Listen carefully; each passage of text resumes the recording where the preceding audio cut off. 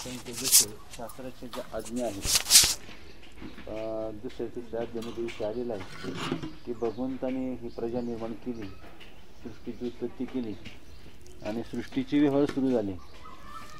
तर तेव्हा त्यांनी विचारलं, ब्रह्मदेवाला विचारलं की आम्ही जगायचं कसं, आम्हाला निर्वाह काय, कशाच्या आधारे आम्ही जगायचं.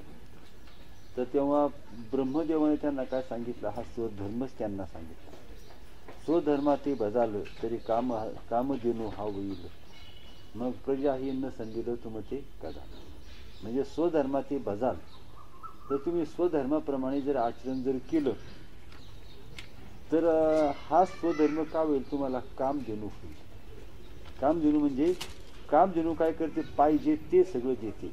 ज्या तुमच्या कोणती इच्छा पूर्ण ठेवीत नाही, तुमच्या मनामध्ये जे इच्छा असेल त्या सगळ्या इच्छा पूर्ण होतात. म्हणून स्वधर्मा ते बजालं, स्वधर्म जो बापा तुझी नित्य यज्ञ जाणता, म्हणून वर्तता ते तर पापा संचारू नाही. स्वधर्माने वागलं तर तिथं कोणतेही पाप होऊ शकत नाही. आणि म्हणून स्वधर्माने आपण जर वागलो तर स्वधर्मानंच वागणं. आता स्वधर्मानं वागणं म्हणजे आपल्या वाट्याला आलेलं कर्म करणं आणि त्याही पेक्षा पुढचं. तर निज धर्म हा चोखडा नाम उच्चारू घड घडा. तर तेव्हा त्या नामाचा उच्चार करणं, आणि नाम म्हणजे काय आहे, नाम म्हणजे कळणं महत्वाचं आहे. तर रूप आणि नाम वेगळं नसतं, बरोबर आहे ना. नामही कळणं महत्वाचं असतं. मग ते रूप आणि नाम वेगळं नसतं, दोन्ही एकच असतं. रूप आणि नाम, तुम्ही आता आणि तुम्ही आणि तुमचं नाव एक का दोन आहे, एकच आहे. तुम्ही आणि तुमचं नाव दोन्ही एकच आहे.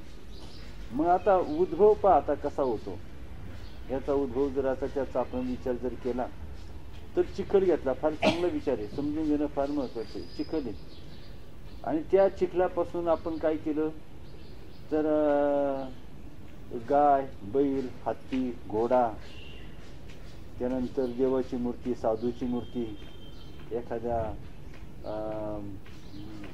वस्तू तयार केली. असे विविध आकार, चिखलाचे विविध आकार तयार केले. गाय केली, बैल केला, हत्ती केला, विंचू केला, गाढव केला, नंतर हरिण केलं आणि एखादी देवाची मूर्ती तयार केली, एखाद्या माणसाची मूर्ती तयार केली. अशा चिखल्यापासून एवढे आकार आपण तयार केले. आता विचार जर केला तर आता त्याला काय झालं, आकार वेगळे आले आणि त्याला नावही वेगळी आली, आली का नाही. आता चिखल एकच, पहिला एकच चिखल होता. आता त्या चिखलापासून गाय वेगळी झाली, बैल वेगळा झाला, हत्ती वेगळा झाला, उंट वेगळा झाला, सिंह वेगळा झाला, वाघ वेगळा झाला, कोल्हा वेगळा झाला, कुत्रा वेगळा झाला, मनुष्य वेगळा झाला, देवाची मूर्ती वेगळी झाली आणि देवही वेगळा झाला. असे विविध आकार आले. कशापासून निर्माण झाले, ते एका चिखलापासून निर्माण झाले. आता आकार जे निर्माण झाले ते आकार कशामुळे निर्माण झाले, तर त्या मूर्ती जो कुंभार होता त्या कुंभाराच्या बुद्धीतून हे निर्माण झाले. कुंभाराच्या बुद्धीतून सगळं काय झालं, वेगवेगळे आकार निर्माण झाले. आकार आले म्हणून त्याला नावं आली, आकार आले म्हणून त्याला नावं आली. आता पहा, पूर्वी एकच चिखल होता, आता काय झालं, अनेकत्व त्याच्यामध्ये आलं. गाय, बैल, हत्ती, घोडा, रूपही वेगळी आली, नावही अनेक आली, त्यांचे आकारही वेगळे आले, त्यांची लक्षणही वेगळी आली, अनेकत्व निर्माण झालं. बरोबर आहे का नाही, अनेकत्व निर्माण झालं. आता हे कशामुळे घडलं, तर त्या कुंभाराच्या बुद्धीमुळे हे सगळं घडलं, कुंभाराच्या कल्पनेमुळे हे सगळं घडलं. कुंभाराच्या कल्पनेमुळं हे अनेक विविध पशु पक्षी प्राणी निर्माण झाले. कशामुळं, कुंभाराच्या कल्पनेमुळं, कल्पनेतून निर्माण झाले. मग आता पुन्हा विचार करा की काय केलं, कुंभाराला असं वाटलं नकोय, त्याला लगेच ऑर्डर आली 10 रांजण पाहिजे. त्याने ते काय केलं, सगळे जे आता तयारच करीत होता त्याला रांजणाची ऑर्डर आली, त्याने सगळे घेतले, एकत्र केले, गाय, बैल, हत्ती, घोडा सगळे एकत्र केले. पुन्हा काय झाला, मग आता मध्ये जो आला होता तो काय होता, ते पूर्वी काय होता, चिखल, आता काय झाला, चिखल. मध्ये जे निर्माण झालं ते सत्य आहे का, मध्ये जे निर्माण झालं ते सत्य आहे का. ते कशामुळे निर्माण झालं, कल्पनेतून निर्माण झालं. कशातून निर्माण झालं, कल्पनेतून निर्माण झालं. कल्पनेतून गाय, घोडा, बैल, हत्ती, पशु पक्षी, माणसं, देव देवता हे कल्पनेतून निर्माण झालं, परंतु मूळचा मात्र चिखल आणि कल्पना नष्ट झाली.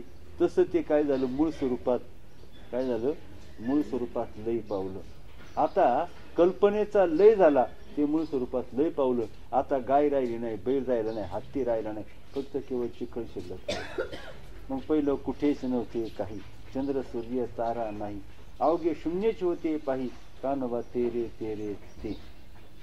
तेथे एक ढालगज म्हणजे कल्पना, तेथे एक ढालगज निर्माण झाली, तिने एवढी ख्याती केली, अनेकत्व तिने निर्माण केलं. एकातून अनेक निर्माण झाले. काय झाले, एकातून अनेक निर्माण झाले. तसं पहा, आता हे कळलं का तुम्हाला? तसं ब्रह्म एकच, पण या ब्रह्मापासून काय झालं, कल्पना कल्पनेपासून हे निर्माण झालं. सगळं कल्पनेपासून निर्माण झालं. आणि कल्पनेपासून ज्याची उत्पत्ती झाली, तर कल्पनेच्या नाशाबरोबर त्याचा काय झाला, नाशही झाला. मग काय बोल, मूळ वस्तू उरली.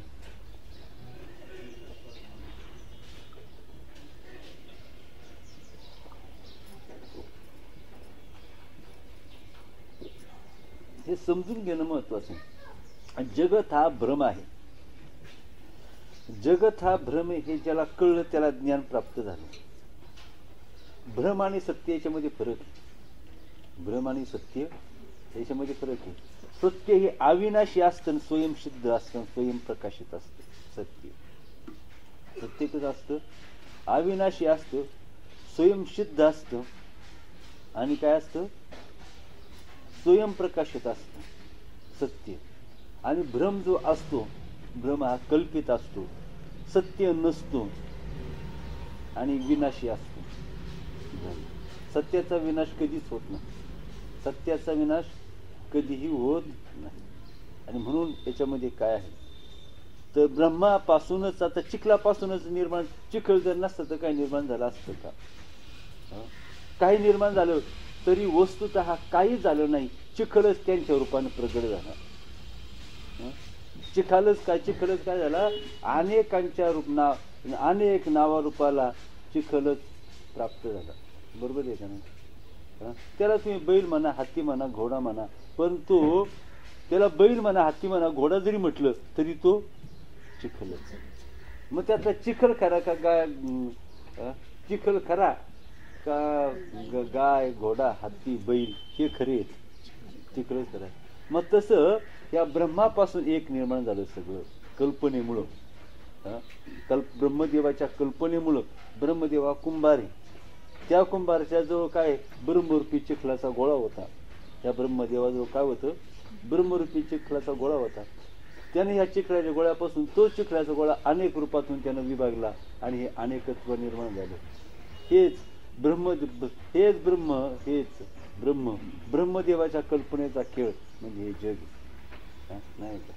आणि ब्रह्मदेवाची कल्पना नष्ट झाली तर मग काय होतं, ते मूळ स्वरूपाला प्राप्त होतं. मूळ स्वरूपाला प्राप्त होतं. आणि म्हणून तसं जर पाहिलं तर ब्रह्मच काय झालं, जगाच्या रूपानं विस्तारलं. काय झालं, ब्रह्म जगाच्या रूपानं विस्तारलं. परंतु एक लक्षामध्ये घ्या, महान सिद्धांत सांगतो, लक्षामध्ये ठेवा. ब्रह्म जगाच्या रूपानं विस्तारले. मग पहिलं चिखल होता, मग जोपर्यंत त्याच्यामध्ये कल्पना नव्हती तोपर्यंत चिखल होता. कुंभाराची कल्पना शिरली, त्यात अनेक नावरूपण आकार निर्माण झाले. तसं कल्पनेच्या पूर्वी चिखल, तसं कल्पनेच्या पूर्वी केवळ शुद्ध ब्रह्म होतं. कल्पनेच्या पूर्वी काय होतं, केवळ शुद्ध ब्रह्म होतं. आणि कल्पनेनंतर काय झालं, तर त्याच्यामध्ये भ्रमरूप जग तयार झालं. त्याच्याच पासून परंतु भ्रमरूप जग तयार झालं. आणि नाही का, आणि मग त्याला जर हे कळलं का चिखल काय आणि गाय काय आणि बैल काय आणि हत्ती काय, हे एकमेकापासून वेगळे नाही. परंतु अनेकत्व दिसलं. गाय दिसली, आपलं गाय दिसली, बैल दिसला, हत्ती दिसला, घोडा दिसला, किंवा त्या चिखलाचे पर्वत तयार केले, चिखलाची झाडं तयार केली, चिखलाची नदी तयार केली. अनेकत्व निर्माण झालं. चिखलापासूनच अनेकत्व निर्माण झालं. आणि त्यामुळे त्याची चिखल ही संकल्पना नष्ट झाली. काय झाली, चिखल ही संकल्पना नष्ट. त्याला कोणी चिखल म्हणायच तयार नव्हतं. कोणी गाय नावं वेगळी त्याला नावं दिली, वेगवेगळी नावं दिली. तुम्ही याला सोनं म्हणता का काय म्हणता, अंगठी म्हणता, गळ्यात काय म्हणता ते नाव, बांगडी म्हणता, मंगळसूत्र म्हणता, ते याला काय टॉप्स म्हणता, अंगठी म्हणता, त्याला सोनं म्हणता का तुम्ही? आता सोनं म्हणत नाही का तुम्ही? त्याला सोनं म्हणत नाही. तसं त्याचं मूळ रूप नष्ट झालं आणि मूळ रूपाला पुन्हा प्राप्त होणं, याला म्हणायचं, याला ज्ञान म्हणायचं. मूळ स्वरूपाला हे जग नाहीचे ब्रह्म आहे, त्याला म्हणायचं मूळ स्वरूप. मग कल्पना मग आता लक्षात घ्या, चिखल होता, गाय म्हणजे घोडा बैल हत्ती तयार केले. मग गाय घोडा बैल हत्ती हा भ्रम आणि चिखल ही त्यातलं चिखल हे सत्यत्व आहे. आणि गाय किंवा प्राणी पशु पक्षी जे आहेत ते प्राणी हा भ्रम आहे आणि त्यातला चिखल हा खरा आहे. मग तो भ्रम जायचा म्हणजे चिखलच आहे हे कळणं म्हणजे भ्रम गेला. अनेकत्व आहे, अनेकत्व कल्पनेमुळे दिसतंय, कुंभाराच्या कल्पनेमुळे अनेकत्व आहे, परंतु वस्तूत अनेकत्व नाही. लक्षात आलं का? कुंभाराच्या कल्पनेतून अनेकत्व आहे, परंतु वस्तूत अनेकत्व नाही. मग ओळखा रे वस्तू सांडी रे कल्पना, ओळखा रे वस्तू सांडी रे कल्पना. पुढे काय? झणी आडराना नका जाऊ. मग ओळखा रे वस्तू सांडी, कल्पना सांडी कल्पना उपाधी तिथं साजूला समाधी. कल्पना टाकली का मूळ स्वरूपावर आला, मूळ स्वरूपावर आला. आणि म्हणून आता हे जे चित स्वरूप आहे ना, ब्रह्मस्वरूप, चित स्वरूप त्याला म्हणतात. ह्या चित स्वरूपात चित्ताचा उदय झाला. चित स्वरूपातूनच काय झाला? चित्ताचा उदय झाला. आता चित्ताचा उदय होण्यापूर्वी बैलाचा गाडी त्या चिखलापासून जे उत्पत्ती झाली प्राण्यांची, तेव्हा त्या चिखलामध्ये हे प्राणी होते का? होते का? होते का? नव्हते. त्या चिखलामध्ये उत्पत्ती नव्हती, पण कुर्माच्या बुद्धीमधून त्या प्राण्याची उत्पत्ती झाली. तसं चिद्रूप ब्रह्म जे चिद्रूप जे आहे त्याच्यामध्ये चित्त हे नव्हतं, नाही का? चित्त नव्हतं, परंतु त्यापासून चित्त निर्माण झालं आणि या चित्तापासून हे जग निर्माण झालं, नाही का? जग निर्माण झालं, परंतु चित्त हे काय आहे? ब्रह्माचं स्फुरण आहे. चित्त हे काय आहे? ब्रह्माचं स्फुरण आहे. आणि म्हणून सुद्धा जग ब्रह्मापासून वेगळं नाही. जग आणि ब्रह्म एक आहे, हे दोन्ही एक आहे असं समजायचं. आता कसं एक आहे ते तुम्हाला मी सविस्तर सांगितलं. चिखल जर नसतं तर प्राणी झाले असते का? सोनं जर नसतं तर अलंकार झाले असते का? जसं अंगठी सोन्याहून भिन्न नाही, मूर्ती दगडाहून भिन्न नाही, तसं जग सुद्धा ब्रह्माहून भिन्न नाही. तरी परंतु थोडासा फरक लक्षामध्ये घ्या. सोन्यामध्ये, मूळ सोन्यामध्ये कल्पना नाही, अलंकारामध्ये कल्पना आहे. म्हणून अलंकार हे विकार आहेत. पशु पक्षी जे आकार निर्माण झाले ते विकारामुळे निर्माण झालेले आहे. कल्पनेचा विकार त्याच्यामुळे निर्माण झालेला आहे. ते जरी सोनं जरी असलं तरी ते कल्पनेपासून निर्माण झालेले आहे. ध्यानात येतं का तुम्ही काय सांगितलं? सोनं जरी असलं तरी ते कल्पना होती म्हणून ते निर्माण झाले. तसं जग हे ब्रह्म जरी असलं तरी कल्पनेमुळेच निर्माण झालेलं आहे. ध्यानात येतं? आणि मग त्यातली जर कल्पना काढून टाकली का जग मूळ स्वरूपाला प्राप्त होते. म्हणून सांडी कल्पना उपाधी तिचं साजूला समाधी. याच्याकरता ओळखारे वस्तू, आधी ब्रह्म ओळखून घ्या. ओळखारी वस्तू, पुढं काय? सांडी रे कल्पना. म्हणजे दोन गोष्टी आहेत, वस्तू ओळखायची आणि कल्पना टाकून द्यायच्या. दोन गोष्टी आहेत, वस्तू ओळखायची, कल्पना टाकून द्यायची. दोन सिद्धांत आहेत. एका नाण्याच्या दोन बाजू आहेत, एक छाप एक काट आहे. एक वस्तू ओळखायची आहे आणि दुसरी कल्पना टाकायची आहे. आणि इथं सुद्धा ध्येय हा वस्तू ओळखली का ध्येय तुम्हाला सांगतो तर ब्रह्म ओळखलं की जग राहत नाही. ब्रह्म आत्मज्ञानात झालं का जग हा भ्रम आहे. आत्मज्ञान झाल्यानंतर जग ही जसं पहा डोळे मिटल्यानंतर जग दिसत नाही. डोळे मिटल्यानंतर जग दिसत नाही. तसं अंतःकरण ब्रह्मस्वरूपात विलीन झालं का जग तिथं नष्ट होतं.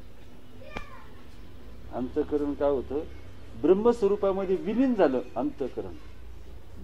जसं लाट समुद्रामध्ये विलीन झाली का समुद्र एकरूप समुद्र त्या शांत होतो, एकरूप होतो का नाही? समुद्राचं मूळ स्वरूप एकरूप स्वरूप काय होतं, आपलं गोचर होतं. तसं आता काय सांगितलं, अंतःकरण ब्रह्मस्वरूपात लीन झालं म्हणून आपण ध्यानधारणा करायची. ध्यानधारणा इथपर्यंत करायची आहे की आपलं अंतःकरण ब्रह्मस्वरूपात आपल्या आत्म्यामध्ये लीन व्हावं, याला ध्यानधारणा म्हणतात. ज्याचं अंतःकरण ब्रह्मस्वरूपात लीन झालं त्याला जग दिसत नाही, त्याला काहीच नाही. अजून आपण कमी पडतो, आपली ध्यानधारणा कमी पडते. आपण म्हणतो ना आमका त्रास होतो, तमका त्रास होतो, अजून आपली ध्यानधारणा कमी पडते. पण तीच परीक्षा आहे तेच आहे. कान शब्द ऐकत नाही, डोळे रूप पाहत नाही. डोळे काही पाहत नाहीत, कान काही ऐकत नाहीत, हात काही करीत नाही, पाय कुठं जात नाहीत, मन कुठं भटकत नाही, सगळे स्वरूपामध्ये लीन होतात. त्याला ध्यान म्हणायचं. आपलं सगळं त्याच्याकरता आपण प्रॅक्टिस करतो. सगळ्यांना स्वरूपामध्ये लीन करायचं आहे आपल्याला. आपल्या इंद्रियांना सुद्धा काय करायचं आहे, लीन करायचं आहे. मन बुद्धी सहित इंद्रिय आपल्याला काय करायचं आहे, लीन करायचं आहे. प्रकृतीच पुरुषामध्ये लीन करायचं आहे आणि पुरुष ब्रह्मस्वरूपामध्ये लीन करायचं आहे. प्रकृती पुरुषामध्ये आणि पुरुष मूळ स्वरूपामध्ये लीन करायचं आहे. मग अखंड एकरस ब्रह्माची अनुभूती आपल्याला घ्यायची आहे, नाही का? अखंड एकरस ब्रह्माची अनुभूती घ्यायची आहे. त्याच्याकरता तुम्हाला सांगतो, आता महत्वाचा घाट येतो. आता फार महत्वाचा भाग. तो महत्वाचा भाग असा की आसक्ती, सगळ्या आसक्ती जो टाकून देतो, हे सुद्धा जे आहे, मग सांगितलं जग म्हणजे कुंभाराची कल्पना म्हणजे नानाविध प्रकारचे पशु पक्षी प्राणी. तसं ब्रह्मदेवाची कल्पना म्हणजे सगळं जग. म्हणजे तुमची कल्पना आता सांगू पहा. आता जगातल्या सगळ्या विहिरी, नद्या, नाले, समुद्र, हे समुद्र रूप आहेत ना, बरोबर आहे का नाही? बरोबर आहे ना? तसं तुमच्या सगळ्यांच्या कल्पना म्हणून ब्रह्मदेव आहे, तुमच्या सगळ्यांच्या कल्पना म्हणून जग आहे, नाही का? सगळ्यांच्या कल्पना म्हणून जग आहे. आता जाऊ द्या. तर आसक्ती, प्रपंचाची आसक्ती हा मोठा घात आहे बरं का. मी हात जोडून सांगतो तुम्हाला, अतिशय विनयाने सांगतो. मला याच्यातून काही मिळवायचं नाही, पण तुम्हाला ब्रह्मसुखाला प्राप्त व्हावं म्हणून सांगतो. सगळ्याच्या सगळ्या इच्छा टाकून द्या, संसार चित्तातून काढून टाका. तुमचा देह संसारात राहू द्या, पण तुम्ही चित्ता संसारामध्ये राहू. कोणाची आसक्ती धरू नका, कशाची आसक्ती धरू नका. डोळे का सगळी मन बुद्धी इंद्रिय ही आत्मस्वरूपाकडे लावा, संसाराकडे लावू नका, नाही का? आत्मस्वरूप कशालाच माझं म्हणू नका. कशाला माझं म्हणणं समजायचं. आपण फार मोठा आदपात केला, आपला आतून विचार झाला, आपल्या पातिव्रत्याचा भंग झाला. काय समजायचं? आपल्या मनामध्ये माझं असं सांसारिक गोष्ट जर चित्तामध्ये आली तर समजायचं आपल्या पातिव्रत्याचा भंग झाला, आपल्या हातून विचार झाला, पारमार्थिक विचार आपल्या हातून झाला. चांगलं आहे का? परमार्थिक विचार म्हणतो देव माझा, मी देवाचा, सत्य बोले हीच माझी वाचा. काय थोबाडाने म्हणावं, अधिकार नाही आपला बोलण्याचा. परपुरुषाजवळ जाऊन राहते, 6 महिने जाऊन राहते, नवऱ्याला फोन करून सांगते मी तुझीच. याला काय म्हणायचं? इथं आपण आसक्तीनं गडबडून गेलोय आणि संसार करतो. परमेश्वर म्हणतो देवा मी तुझा आहे. आता उदाहरण सांगितलं, जी परपुरुषाजवळ जाऊन राहते, 6 महिने तिथं राहते आणि फोन करते तुमचं कसं काय चाललंय, बरं चाललंय का, मी तुमची सौभाग्यवती आहे, लाज नको वाटायला. तसं देवासी मी म्हणजे काय व्हावं, तू मनबुद्धी साचेशील, माझी या स्वरूपी अर्पेशील, तरी मातीची गा पाऊशी माझी बाग, तू मला एकट्याला शरण ये, कशाला माझं म्हणू नका. हा भ्रम आहे, भ्रमात अडकू नका, नाही का? म्हणून सांगितलं हाच पारमार्थिक विचार आहे, हाच आपल्या पातिव्रत्याचा भंग आहे. कशाला माझं म्हणणं, तिथं आसक्त होणं. देह धर्मात सुद्धा आसक्त होऊ नका. मला आमदार व्हायचे, मला खासदार व्हायचे, मला कीर्तनकार व्हायचे, मला प्रवचनकार, तुम्हाला ते ज्ञानाकडं जाऊनच देणार नाही. देवा मला कीर्तन नको, मला प्रवचन नको, मला महाराज व्हायचं नाही, मला तुझं भक्त व्हायचे, मला माझ्या कृपा कर, माझ्या पापाचं हरण कर आणि मला फक्त तुझा भक्त कर. मग काय ते तू देव मी भक्त, काय ते आधी काय नको ब्रह्मज्ञान आत्मस्थिती भाव, मी भक्त तू देव आयुष्य केले. जे साक्षात परमात्मा जो सांगतोय तो सांगतोय, काहीच नाही. ही सुद्धा माया आहे, कीर्तन प्रवचन सुद्धा मायाची, ते सुद्धा अज्ञान आहे, ती सुद्धा मायाच आहे. तिथं गुरु नाही शिष्य नाही. मी कालच सांगितलं तुम्हाला, कालच सांगितलं तिथं गुरु शिष्याचा तिथं काय होतो, तिथं नाश होतो. गुरु शिष्यांचा सर्व नाश तिथं होतो. गुरुही राहत नाही, शिष्य राहत नाही. प्रलय काळ आला का तिथं काही एक सोडून राहत नाही. मग तसं कोणतीही इच्छा न करणं, मग तिथं गुरु आणि शिष्यत्व सुद्धा तिथं नसतं. जो खरा गुरु असतो ना, तो स्वतःला कधी गुरु म्हणत नसतो. खरा जो गुरु असतो, आत्मज्ञानी जे श्री गुरु असतात, त्यांना माहित असतं मी गुरु नाही आणि माझा कोणी शिष्य नाही, मी कोणाचा गुरु नाही, सगळ्या भगवंताच्या मूर्ती आहे. ह्या भांड्यातलं पाणी, ह्या पातेल्यातलं पाणी काय करायचे, त्या भांड्यामध्ये ओतायचे, एवढं फक्त याच्यात त्याच्यात ओतायचे, ये हृदयचे ते हृदय घातले आणि तिथं परत आहेच, इथं फक्त ओळख करून द्यायची. फक्त काय करायचे, हा असा परमार्थ बरं का. जीवाला परमार्थ कधी कळत नसतो. मी सांगितलं, लई बडबड केली म्हणजे त्याला ज्ञान म्हणत नाही. लई बडबड केली म्हणजे ज्ञान म्हणत नाही. तर अनुभूतीचं सांगणं त्याला ज्ञान म्हणतात आणि आपल्यासारखं दिसायला कळणं त्याला परमार्थ म्हणतात. लक्षामध्ये आलं का? म्हणून आपली आपण करा सोडवणं बरंच नाही. संसार बंधन तोडावी, मी भक्त तुझे दावी मज रूप गोपिका रमना. काय म्हटलेलं आहे, दावी रूप मध्ये तुम्हाला देवाचं रूप पाहिजे, देवाची कृपा पाहिजे का? मग खासदार आमदार पद काही थोडी आहेत त्या जगामध्ये. अहो जिथं इंद्रपद सुद्धा कफल्लक आहे.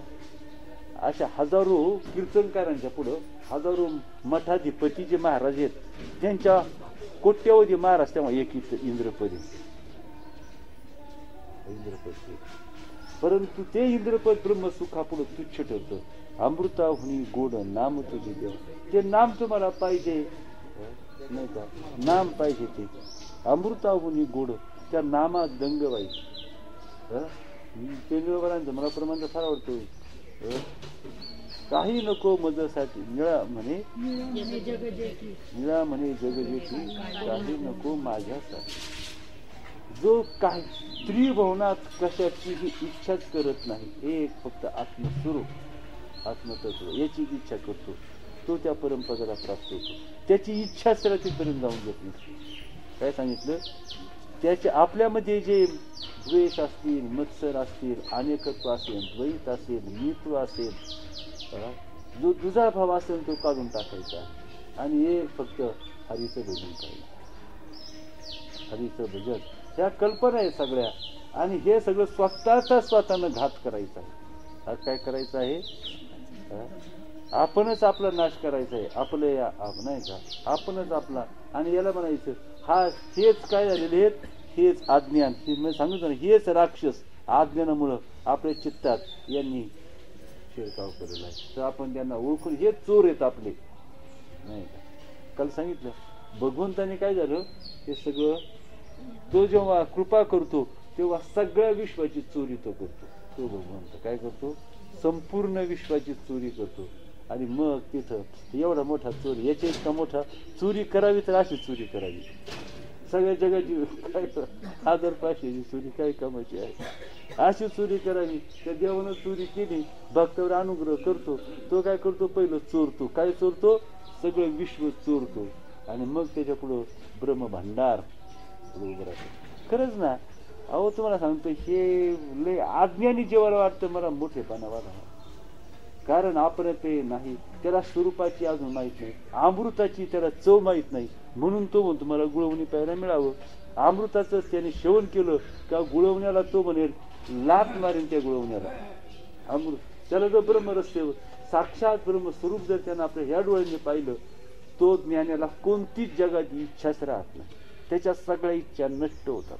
आत्मज्ञान स्वरूपाचं आत्मसाक्षात्कार झाला, आत्मज्ञान झालं, सगळ्या इच्छा त्याच्या नष्ट होतात. म्हणून आपण त्या आत्मज्ञानासाठी रात्रंदिवस प्रयत्न करायचा. ही इच्छा नष्ट का होतात? त्याच्या पुढे त्या अति तुच्छ असतात, अति तुच्छ.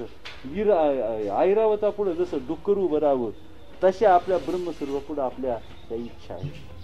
मग आता हे कळलं ना तुम्हाला, मग आता कशाचीच इच्छा करायची नाही. रात्रंदिवस देवाचं भजन करायचं आहे. रात्रंदिवस देवाचं भजन करायचंय म्हणजे विषय वासना नष्ट जाळायचे आहेत, त्याला देवाचं भजन म्हणतात. देवाचं भजन दोन प्रकारचं असतं. पहिले सगळ्या इच्छा नष्ट करणं हे पहिलं भजन. पहिलं भजन काय? सगळ्या इच्छा नष्ट करणं, जाळून टाकणं हे पहिलं भजन. आणि दुसरं भजन स्वरूपाशी एकरूप होणं हे दुसरं भजन आहे. पहिलं भजन झाल्याशिवाय दुसरं भजन नाही का? मग सर्व सत्ता आली हाता, नामी याचा खेचर जाता, नाचू कीर्तनाचे रंगी, ज्ञानदीप लावू जगी. किती आनंद आहे याच्यामध्ये. खरं साधू संतांनी इतका आनंद भोगला. साधू संतांनी फार स्वतः म्हणून सेवित हा रसन वाटितो आणि त्यांनी रस सेवन केलं जगाला वाटला. आपण काय वाटणार आहे? दुःख जगाला वाटणार आहे. कीर्तनातून सुद्धा आपण दुःखच वाटणार. आपले शिष्य शेवटी दुःखच भोगणार. आपले शिष्य शेवटी नरकाला जाणार. आपल्या बरोबर जोपर्यंत आपल्या ठिकाणी चित्त ज्ञानाचा उदय होत नाही, आपल्या चित्त आपल्यामध्ये आत्मज्ञानाचा उदय होत नाही, तोपर्यंत तो ब्रह्माचा अधिकारी नाही. शिष्याला काही देऊ शकत नाही. तो किती नुसते लय 2-2 तास कीर्तन केली, 1000 शिष्य झाले, 10,000 शिष्य झाले म्हणजे तो काही ज्ञानी झाला का? अहो त्याचा एक हातून सगळ्यांचा घात. म्हणून पहिलं आत्मस्वरूप प्राप्त करायचं. आणि त्या आत्मस्वरूपा ठिकाणी सगळ्या इच्छा मागा सांगितलं, सगळ्या इच्छा तिथं भस्मसात होतात त्या आत्मसाक्षात्कारामध्ये. ते कोण सांगलो आपल्याला? ते कोण सांगेल आपल्याला? हे कधी कळेल आपल्याला? तो भाग्याचा दिवस. आज त्याला म्हणायचं आज सोनियाचा दिनो. असं जेव्हा होईल तेव्हा त्याला माहिती संतांनी अनुभव घेतला. ते आश्चर्यचकित आहे. हे परमात्मा स्वरूप आश्चर्यचकित आहे. म्हणून आश्चर्यवत पद्धती कष्टीत येणं, आश्चर्यवत पद्धती पश्यती कष्टीत येणं. हे धन्य आहे. हे धन्य धन्य. तुका म्हणे धन्य झालो. तुला काय आज विठ्ठला भेटलो. काय मला या बायको वाटतं रागही येतो. खरंच ना, राग येतो, वाईटही वाटतं. कसं सांगावं? कसं कळत नाही. सांगू तुम्ही का विश्वास ठेवत नाही? माझ्या विश्वास ठेवा, कोणाचाच नाश होणार नाही, कोणाचाच दाखवणार नाही. माझ्यावर नाही, माझ्या शब्दावर. आणि मी माझं सांगत नाही सर, जे संतांनी सांगितलं ते सांगते. सगळ्यांचं परम कल्याण होणार आहे. हे माझं नाही, हे संतांचं आहे. हे माझं काही नाही. पद्धत एक अक्षर नाही. मी जे वाचलं, अभ्यासलं, चिंतन केलं तेच तुम्हाला सांगतो. परंतु हे जर केलं त्याचं परम कल्याण होईल. त्याला कसली इच्छा राहणार नाही. इच्छा भीती जवळ हरीचे चरण. म्हणून काय सांगितलं? तू का म्हणे धन्य झालो आज विठ्ठला भेटलो. धन्य झालो, विठ्ठलाला भेटलो. म्हणजे तिथं पंढरपूर मधल्या मंदिरात ते म्हणतात का? पंढरपूर मधल्या मंदिरात नाही म्हणत ते. जेव्हा त्याने आत्मस्वरूपाला मिठी मारली तेव्हा ते म्हणतात. आत्मस्वरूपाला मिठी पडली, मग तो दिवस आपला भाग्याचा. आपली जेव्हा आत्मस्वरूपाला मिठी पडेल त्या क्षणाची वाट पहा आणि मग परमार्थ करा. त्या क्षणाची वाट पहा. त्या क्षणाकडे पाहून आयुष्याचं एक एक पाऊल टाका. आपलं परमार्थाचं एक एक पाऊल टाका. त्या क्षणाकडे पाहून नाही म्हणजे आपल्या मग त्याला श्रीगुरूंचं महात्म्य कळतं. आधी अर्जुन देवाला शिवे देत होता. म्हणजे सोयरे आतून तुम्ही जेवढे आतून बाहेरून काळे तेवढे आतून काळे म्हणायचं. तुला नुसतं काय लय त्याने अपमान केला, निंदा केली, लय बोलला. पण जेव्हा भगवंताने श्रीकृष्ण विश्वरूप दाखवलं इतका पश्चाताप झाला. इतका म्हणतो नमस्ते प्रभू, मी तुमचा अवमान केला, फार वेळा तुमचा अपमान केला, तुम्हाला मी ओळखलं नाही. आज तुमचं मी रूप पाहिलं, तुमचं स्वरूप पाहिलं आणि मी धन्य झालो. नमस्ते प्रभू. नमस्ते प्रभू. आजपर्यंत मी तुम्हाला ओळखलं नाही, तुमचा अवमान केला, तुम्हाला तुच्छतेने बोललो, टाकून बोललो, चेष्टेने बोललो, विनोदाने बोललो. तुम्ही कसे आहेत मला कळलं नाही म्हणून मी तुम्हाला टाकून बोललो. आज मी तुम्हाला ओळखलंय. नमस्ते प्रभू. अर्जुनाची स्थिती आहे. मग जेव्हा श्री गुरूंचं स्वरूप जेव्हा कळतं वाचा ज्ञानेश्वरी म्हणजे कळेल. 16वात तर पहिला श्लोक तर धनाधन गुरु कृपेचा नुसतं तिथला वर्षाव झालेला आहे नुसता. समुद्रचे गुरुकृत होते बाबा देवाचा. पहिल्याच श्लोकाची सुरुवातीच्या आधीचे बघा, वाचत नाही म्हणून आपल्याला कळत नाही, वाचलं तरी आपलं चित्त कुठेतरी असते म्हणून कळत. म्हणून मी सांगतो ज्ञानेश्वरी वाच, जनाबाई सांगते वाच, अनुभव तू. जनाबाईचा एक शब्द आपल्या सगळ्या समुद्रासारखे आहेत, आपल्या सगळ्या जगाचे शब्द. जनाबाईचा एक शब्द, वाचावी ज्ञानेश्वरी डोळा पाहावी पंढरी. हे शब्द नाही कळायचे सामान्य जनाला, की आपण बोलतो वाचावी ज्ञानेश्वरी डोळा पाहावी पंढरी. हे हवेतले बुडबुडीच आहेत नुसते. संतांचा शब्द म्हणजे अनुभूतीचा शब्द आहे. आणि म्हणून तुकाराम महाराजांनी सांगितलं, आकाशाच्या पोटी सूर्य तारांगणे दोनची समान मानू नये. पृथ्वीच्या पोटी हिरा गारगोटी दोनची समान मानू नये. तुका म्हणे तैसे संत आणि जन आणि दोनची समान मानू नये. तरच मानू नये. ते कुठं त्यांची उंची कुठं, आपण उंदरासारखे घोबडासारखे, आणि ते हिमालय पर्वतावर जे मानस सरोवर आहे ते त्या राजहंसासारखे, ते सूर्यासारखे, आणि आपण मेलेल्या काजव्यासारखे. ते सूर्यासारखे आहेत संत महात्मे, आणि आपण मेलेल्या काजव्यासारखे आहोत. नाही पुढे त्यांची बरोबरी करायची. म्हणून त्यांच्या चरणाला वंदन करणं एवढंच आपलं कर्तव्य आहे. त्यांचं वर्णन करणं तर आपल्या वाणीला शक्य नाही. आपल्या मृतवाणीला त्यांच्या अमृत स्वरूपाचं, आपल्या मृतवाणीनं त्यांच्या अमृत स्वरूपाचं काय वर्णन करावं आपल्या मृतवाणीनं. आणि म्हणून आज सोनियाचा दिनू वर्ष अमृताचा दिन, त्यालाच तो सोन्याचा दिवस नाही.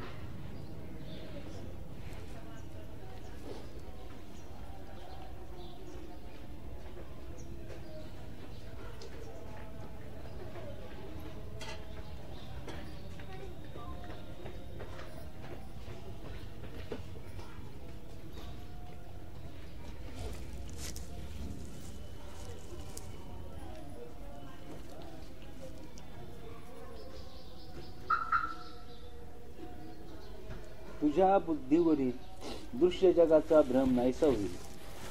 दृश्याचा निराश झाला म्हणजे तुझ्या बुद्धीवर दृश्याचा जो भ्रम आहे, म्हणजे बाकी जाऊ द्या, तुम्ही आपल्या घरातली आपली नातवंड पाहता, आपल्या घरातलं आपलं घर पाहता, आपल्या घरातल्या वस्तू पाहता, आपल्या घरासमोर उभी असलेली आपली गाडी पाहता, हा दृश्याचा भ्रम. तुम्ही आपल्या पतीला पाहता, तुम्ही आपल्या नातेवाईकांना पाहता, तुम्ही आपल्या मित्रमंडळींना पाहता, नवे नवे तुम्ही मला पाहता, मी तुम्हाला पाहतो. तर हा बुद्धीवरील दृश्य भ्रम आहे, हे सत्य नाही. हा भ्रमाने मी तुम्हाला पाहतोय आणि भ्रमाने तुम्ही मला पाहतो. भ्रमाने आपण एकमेकांना पाहतो, आणि हेच आपल्याला काय करायचे, हाच भ्रम आपल्याला दृश्यरूपी भ्रम, हाच दृश्य, हा जो रोग आहे, हाच भ्रम आहे, आणि तो आपल्याला घालवायचा. मग सांगितलं अंतःकरण ब्रह्मस्वरूपात काय झालं, लय झालं. अंतःकरणाचा ब्रह्मस्वरूपामध्ये लय झालं, विलीन पावलं. विलीन म्हणतो अंतःकरण ब्रह्मस्वरूपामध्ये विलीन पावलं, किंवा अंतःकरणाचा ब्रह्मस्वरूपामध्ये लय झाला म्हणजे त्याला जग दिसत नाही. जगाचा त्याला काय होतो, अभाव होतो. आणि जगाचा अभाव झाला काय होतो, जगाचा अभाव झाला ते ब्रह्मस्वरूप काय होतं त्याच्या पुढं प्रगट होतं. आणि म्हणून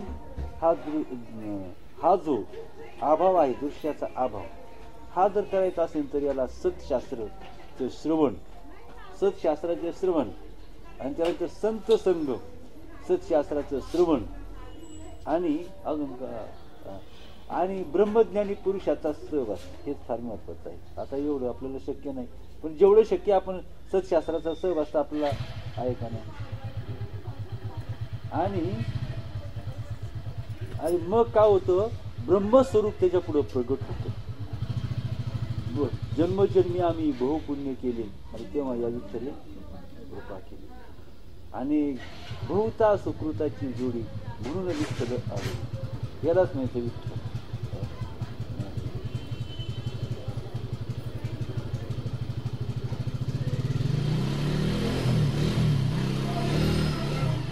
दृश्याचा निराश झाला म्हणजे द्रष्टेपणाही नाहीसा होऊन फक्त सतत्व शिल्लक राहते. मग सतत्व शिल्लक राहिलं पाहिजे, सद्ब्रह्म शिल्लक राहायला पाहिजे. आता इथं दृश्य आहे आणि ब्रह्मय आहे. ब्रह्माच्या ठिकाणी दृश्यत्व नसतं, ब्रह्माच्या ठिकाणी दृश्यत्व असतं का? नसतं. आणि दृश्याच्या ठिकाणी ब्रह्मत्व असतं का? नसतं. दुरीवरचा साप बाजूला काढा आणि त्या सापामध्ये दुरी आहे का? दुरीवरचा साप बाजूला काढायचा आणि त्या दुरीवरच्या सापामध्ये, दुरीवरचा साप जो बाजूला काढला त्या सापामध्ये दुरी आहे का? आहे का ताई? का बरं नाही?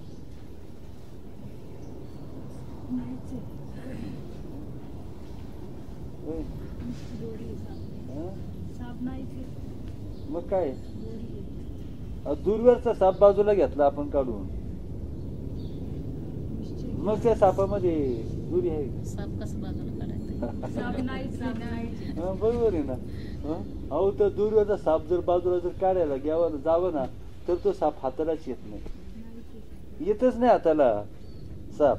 जेव्हा आपण दुरीवरचा साप बाजूला काढायला जातो तेव्हा साप म्हणून काही एक हाताला येत नाही, फक्त दुरीच हाताला येते. तेव्हा जेव्हा आपण हा अश्वत्थ वृक्ष, हा जो वृक्ष जेव्हा अर्जुन तोडायला सांगितला ना, जेव्हा ते अर्जुन तोडायला गेला तेव्हा त्याला वृक्षच दिसे ना कुठे. दर्शनाला गेले तेव्हा पाऊलच दिसे ना, आहे ना काय ते. पाया पडू गेले तेव्हा पाऊलच दिसे, पाऊलच दिसे ना. पाया पडायला गेलं तर पाऊलच दिसे नाही.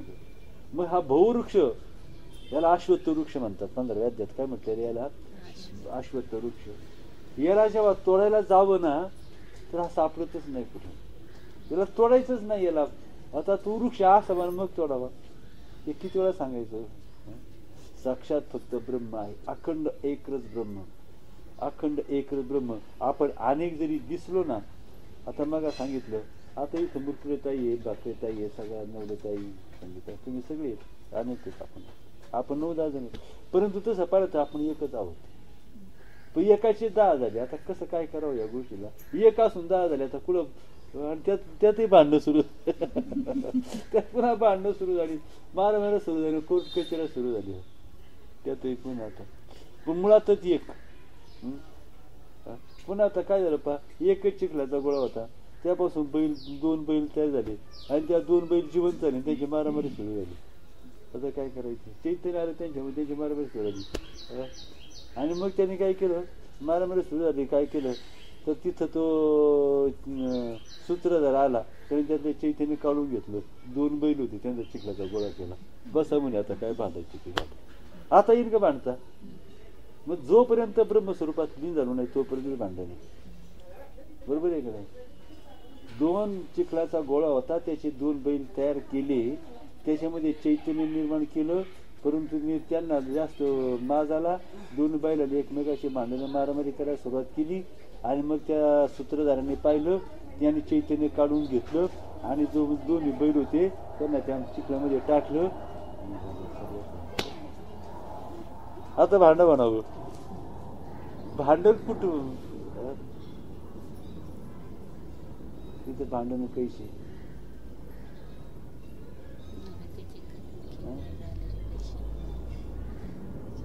नाही तिथे तिथे भांडण कैसे? मग तिथं अद्वैतात तिथं भांडणच नाही, तिथं द्वैतात भांडण आहे. आता आपण अद्वैत जायचं म्हणजे हातपाय तोडायचे नाहीत एकमेकाची, आपण आपलं, आपण ह्या शरीरानं असताना आपलं एकत्व जाणायचं. समुद्रामध्ये अनेक लाटा निर्माण झाल्या, मग ते लाटा अनेक आहेत का? अनेक आहेत का? लाटा अनेक झाल्या म्हणजे अनेक नाहीत. भिंतीवर अनेक चित्र काढली म्हणजे भिंत अनेक झाली का? सोन्याचे अनेक अलंकार तयार केले म्हणजे ते अनेक झाले का? अनेक झाले का? नाही, एकच सोने, एकच सोने, पण अनेकांच्या गळ्यामध्ये, अनेकांच्या हातामध्ये, कानामध्ये, अनेक रूपानं ते पसरलं. परंतु त्यातलं एक सोन्याचा गोळा होता, तो आताही सोन्याचा गोळाची नाही म्हणण्याची सोय नाही. सगळे अलंकार एकत्र करा, सोनाला द्या, पुन्हा गोळा तयार, सगळे एक झाले का? एक का झाले? पहिले वेगळे नव्हतेच म्हणून एक झाले. तसं तुम्ही आम्ही सुद्धा ब्रह्मस्वरूपाच्या ठिकाणी एकच होऊ नाही. त्यांची नावे ही अनाने अनारशी वर्तन विशेषण आणि आगवे यांची आयशी देखून किरीटी भेद सुशान पोटी जन्माच्या कोटीनं लाच निघू कधीच तुम्हाला पावणार नाही.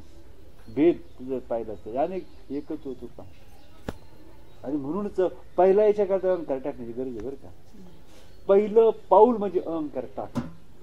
परमार्थाचं पहिलं पाऊल टाकणं म्हणजे अभ्यास करणं. अहंकार टाकायचा अभ्यास करायचा आटोकाट प्रयत्न करायचा आटोकाट प्रयत्न करायचा.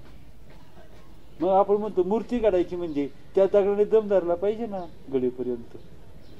आणि फुटली जन कुलापुशी ती मूर्ती तो दगड जर मूर्ती घडेपर्यंत नाही टिकला तर मग त्याचे तुकडे तुकडे झाले का फुटली जन कुलापुशी. मग काय त्याचा कुत्रे त्याला विचारत नाही म्हणजे हा त्याचा एवढीच त्याची किंमत. त्याची मूर्ती जर घडली तर त्याची किंमत किती जगानं कुला पुसावा एवढीच त्याची किंमत. काय म्हणजे तुकाराम महाराजांचं काय किंमतच नाही ना त्याला. आपली जर मूर्ती घडली नाही तर आपल्याला किंमतच नाही या जगामध्ये. लोक आपला असा वापर करणार कुला पुसण्याकरता आपला वापर केवढा करता होणार. मग आपली किंमत आपण आपल्या हाताने कमी करून घ्यावी. म्हणून पहिलं परमार्थाची पहिली स्टेप अहंकार टाक.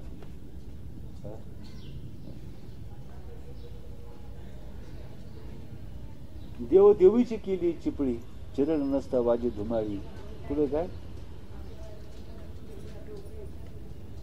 कांती सावळी. देव देवीची केली चिपळी एक प्रकृती एक पुरुष आहे दोन एक आहे. हा नाथ सांगते हा देव आहे आणि ही देवी आहे. हा पुरुष आहे आणि प्रकृती आहे. त्यांच्या दोन चिपळ्या केल्या एक झाल्या. नाथ काय म्हणते दोन आहेत पण नाथ एकच आहे ना. ते बोलतात कशाला पाडतो तुम्ही एकच आहे. हा नाथ सांगतोय नाथ एकच आहे ना. नाथ काय सांगतो तुम्ही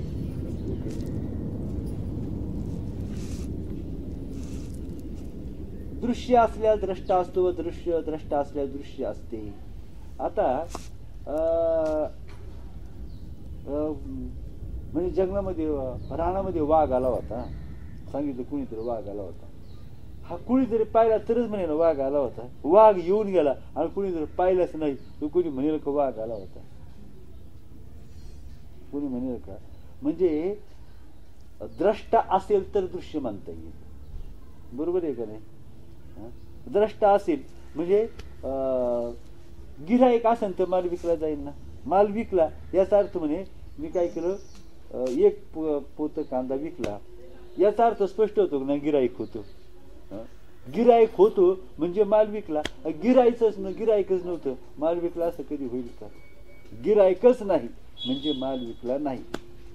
गिऱ्हाईक होतं म्हणजे माल विकला म्हणजे गिऱ्हाईक होतं.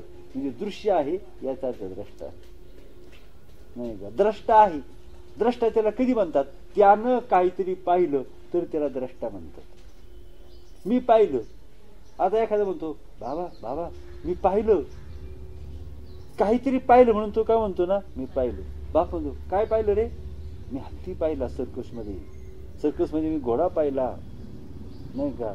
मी डबल डेकर बस पाहिली. माहिती आहे का डबल डेकर बस तुम्हाला माहिती आहे ना डबल डेकर बस. पोरगा म्हणतो बाबा मी पाहिलं. बाबा म्हणतो काय पाहिलं. मग डबल डेकर बस पाहिली. बाबा म्हणतो बाबा मी पाहिलं. काय पाहिलं. काही नाही. बाबा मी पाहिलं. काय पाहिलं. काही. अरे मग कशाला म्हणतो पाहिलं. पाहिलं तर सांग काय पाहिलं. म्हणतो मी काहीच पाहिलं नाही. आणि काय पाहिलं म्हणायला अर्थ आहे का. पाहिलं म्हणजे द्रष्टा म्हणजे दृश्य आलं. द्रष्टा नाही तिथं दृश्य नाही आणि दृश्य नाही तिथं द्रष्टा सुद्धा नाही. दृश्यच नाही द्रष्टा कसा असेल. बरोबर आहे का नाही. गाणं कुणीतरी म्हटलं म्हणून ऐकणारा. कोणी गाणंच म्हटलं नाही तर ऐकणार रसिक. तसं इथं द्रष्टा सुद्धा कोणी नाही. दृश्यच नाही तर द्रष्टा कुठून आणि द्रष्टा नाही तर दृश्य कुठून. म्हणजे जग हा भ्रम आहे. म्हणजे जगातला विचार डोक्यात तो काढून टाका याचं तात्पर्य सांगायचं आहे. शास्त्रानं पूर्णपणे सांगितलं. द्वित्वाच्या ज्या अपेक्षेने एकत्व असते व एकत्वाच्या अपेक्षेने द्वित्व असते. आपण म्हणतो हा शहाणा आहे याचा अर्थ कोणीतरी मूर्ख असतोच ना. बरोबर आहे ना. म्हणून आपण म्हणतो हा मूर्ख आहे, याचा अर्थ कुणीतरी शहाणा असतो ना. आपण म्हणतो अहो आमच्या गावात ना लय मूर्ख लोक आहेत, आमच्या गावात लय मूर्ख लोक आहेत, म्हणजे कुणीतरी शहाणे आहेत ना. याचा अर्थ काय, म्हणजे द्वित्व आहे तिथं काय आहे, एकत्व आहे. द्वैताच्या सापेक्ष आपण म्हणतो अद्वैतावर तुम्ही जा. याचा अर्थ तुम्ही अद्वैतावर जा म्हणजे द्वैत आहे. अद्वैत टाका, द्वैत टाका म्हणजे अद्वैतावरच जा. तुम्ही अद्वैतावर राहा म्हणजे द्वैत टाका. याचा अर्थ काय आहे, अद्वैत आहे म्हणजे त्याच्या सापेक्ष द्वैत आहे, द्वैत आहे त्याच्या सापेक्ष काय आहे, अद्वैत आहे. आहेच का नाही.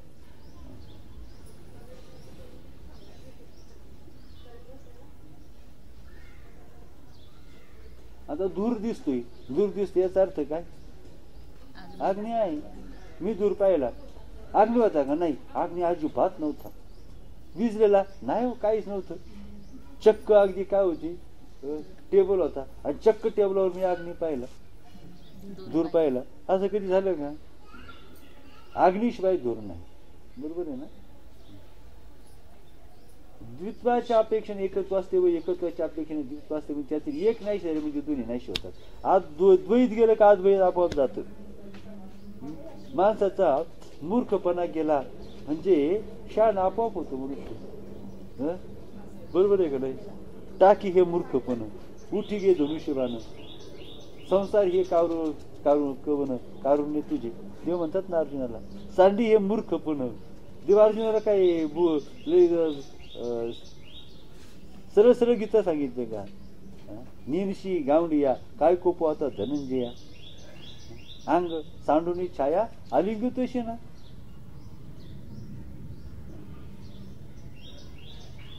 पुढे काय म्हणत आई सर काय,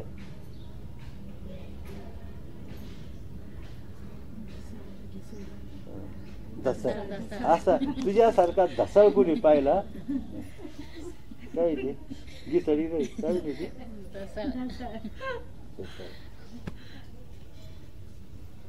काय आहे.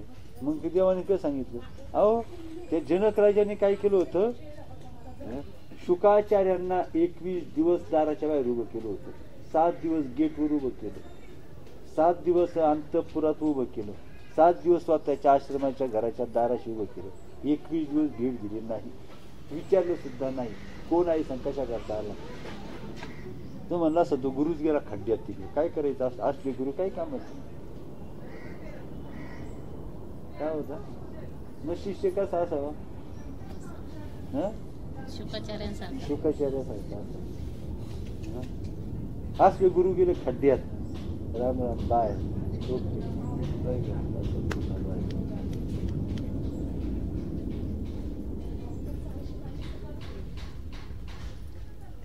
म्हणून त्यात एक नाही झाली म्हणजे. मग आता गरिबी गेली म्हणजे आता श्रीमंती आणावी लागते का. माझी गरिबी संपली, पाहुण्याला सांगायचं पाहुणे एक फार चांगलं झालं सध्या, आता गरिबी फार संपली, गरीब अजिबात राहिली नाही, फक्त आता एक काम राहिले.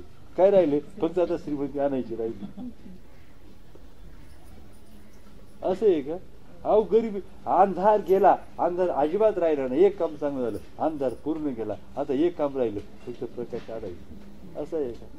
अंधार गेला म्हणजे प्रकाशाला प्रकाश आला म्हणजे अंधार गेलाच ना. म्हणजे आता मी अतिशय बुद्धिमान, चांगली गोष्ट सांगायची मित्राला, अरे मित्रा तुला काय सांगायचं, मी आता फार बुद्धिमान झालो आहे, फक्त एक काम राहिले, काय आता मूर्खपणा टाकायचं राहिला. याचा अर्थ हवा अजून हा अजून 1 नंबरचा आहेच. एक नंबरचा म्हणा, 2 नंबरचा म्हणा, तुम्हाला आवडेल तो क्रमांक द्या त्याला. द्रष्टा आणि दृश्य नाही शरीर म्हणजे फक्त सत्तत्व शेष राहते. त्यातलं एक गेलं की एक जातो, एक फक्त तुम्ही घालवा. 2 जण मित्र आहेत ना, 2 जण मित्र आहेत ना, एक पाय तोडला की दुसरा पाय काय करणार आहे, चोरी करणारे 2 मित्र चोरी करायला चालले, एकाला पकडलं का दुसरा सापडतोच, चोरी करलेले एक पकडलं का दुसरा सापडतोच. बरोबर आहे ना. तुझ्या मनोरूपी आरशावर अहंकार सर्व दृश्य यांचा मळ बसलेला आहे. तुम्ही आता नाहीसा करतो. अरे बापरे, काय गोड सिद्धांत सांगितलं. आपलंच हे वर्णन हे रामाकडे तुम्ही पाऊस नका, हे आपलंच वर्णन. आपल्या मनोरूपी आरशावर, आपला मन हाच आरसा आहे आणि आपल्या मनरूपी आरशावर काय झालंय, अहंकार आणि दृश्य. एखादं म्हटलं अहंकार, माझ्या ठिकाणी अहंकार आहे का, माझ्या ठिकाणी अहंकार, तर त्याला किती कोणता भाडवा म्हणतोय माझ्या ठिकाणी अहंकार. आता काय म्हणतोय त्याला, माया पुढे आला कोण म्हणतो मायाचा. आता काय नाही भाऊ, तुझ्या अजिबात अहंकार नाही, मायात अहंकार नाही. आता ते कोणा, आता कोण म्हणतो मायात अहंकार नाही, तू म्हणतो मायात अहंकार नाही. म्हणूनच काय, आता मग म्हणतो तुझ्या आता अहंकार आहे, आता शिवाय द्यायला लागला. आता म्हणतो तुझ्या आता अहंकार आहे, आताही पुढे उपसायला लागला. आणि तुला म्हणूच काय, मला म्हणूच काय. आमच्या ते भाऊ मोठी कठीण परिस्थिती आहे भारताची, नाही का.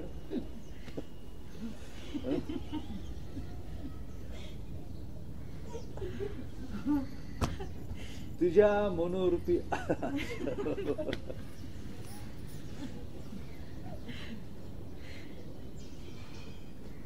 काय गेलेलं आहे, तुझ्या फार सुंदर आहे हो. तुझ्या मनोरूपी आरशावर अहंकार आणि दृश्य, सर्व दृश्य म्हणजे जगरूपी दृश्य यांचा मळ बसलेला आहे. तो मळ काढून टाकायचा आहे. आणि म्हणून आपल्या आरशामध्ये आपलं आरसा आहे. आपल्या आरशात आपलं प्रतिबिंब दिसत नाही, कारण त्या आरशावर मळ साचलेला आहे, धूळ साचलेली आहे, म्हणून आपलं प्रतिबिंब त्यात दिसत नाही. तसं आपलं आत्मस्वरूप रूपी जो आरसा आहे आपला, लक्षात घ्या बरं का, आपला आत्मस्वरूप जो आरसा आहे त्याच्यावर अहंकार आणि दृश्य जग त्याचा मळ बसलाय, म्हणून आपलं ब्रह्मस्वरूप आपल्याला दिसत नाही. कळलं का. आता या खुणेने सांगितलं मी तुम्हाला, की हाताची खून करून सांगितली अशी. कळलं का नाही कळलं, बाकी काय कळलं. अहो मन हा आरसा आहे, हा आरसा आहे. हे आता हे आपलं ब्रह्मस्वरूप आहे, हे ब्रह्मस्वरूप आहे आणि हा आरसा आहे. ब्रह्म आत्मा हा आरसा आहे आणि त्याच्यावर काय झालेलं आहे, धूळ साचली, आपलं प्रतिबिंब दिसतंय का.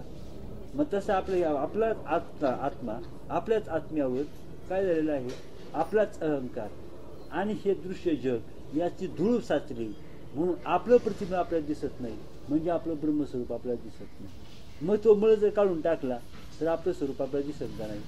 मग अहंकार आणि दृश्य काढून टाकलं, आपलं ब्रह्म आपल्याला दिसणार, आपला आत्मा आपल्याला दिसणार. आता कळलं का. बाकी काही तरी आज एवढं नाही कळलं, पण हळूहळू कळणार आहे. एवढं नाही पण थोडं थोडं कळलं. तो मी आता नाहीसा करतो, जे असत आहे त्याला कधी अस्तित्व नसते. बस करू बरं का, कारण कसं आहे, घाई करण्यात काही अर्थ नाही.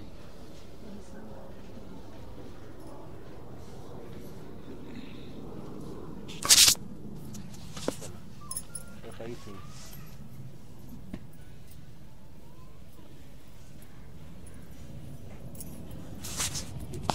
ज्ञान